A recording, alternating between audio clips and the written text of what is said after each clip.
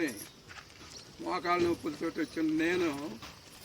ఇప్పుడు 84 సంవత్సరాల వయసులో మీ ముందు నిత్యానందంగా ఆరాధ్యంగా ఈ భూమి మీద ఎన్నో ఈ ధ్యాన కార్యక్రమాల్లో పాల్గొంటూ దానికి కారణం ఒక్కటే, నేను నాది అనే ప్రశ్న తీసేసుకోవటమే మానవుడి లెక్క.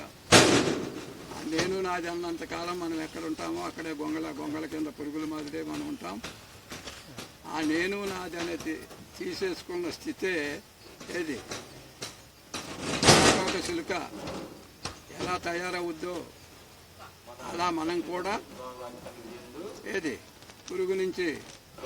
సీతాకోక చిలుక స్థితికి ఎలా రావటానికి వీలవుద్దో ధ్యానము ద్వారా మనం తొలిమెట్టు సర్వరోగ నివారిణి, శరీరానికి ఏ విధమైన ఇబ్బంది లేని స్థితులతోటి సంపూర్ణ